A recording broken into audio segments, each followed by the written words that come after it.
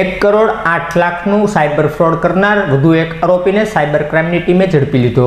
વિસ્તારમાં રહેતા દીપેશભાઈ લાલજીભાઈ સોલંકીને બિટકોઇનમાં રોકાણ કરાવી સારો પ્રોફિટ આપવાની લાલચ આપી તેની સાથે સાયબર ફ્રોડ કરવામાં આવ્યું હતું, જેની પોલીસ ફરિયાદ નોંધાવવામાં આવી હતી. જે ફરિયાદમાં આરોપી તરીકે જગદીશકુમાર પરસોત્તમભાઈ પટેલ અગાઉ પકડાઈ ગયા હતા, જ્યારે આ જ ગુનામાં વધુ એક આરોપીને ઝડપી લેવા માટે સાયબર ક્રાઇમની ટીમે તપાસ હાથ ધરી હતી, જેમાં અનુસંધાને સાયબર ક્રાઇમે મહેશભાઈ ધરમસિંહભાઈ દેસાઈને અટકાયત કરી આગળની કાર્યવાહી હાથ ધરી હતી.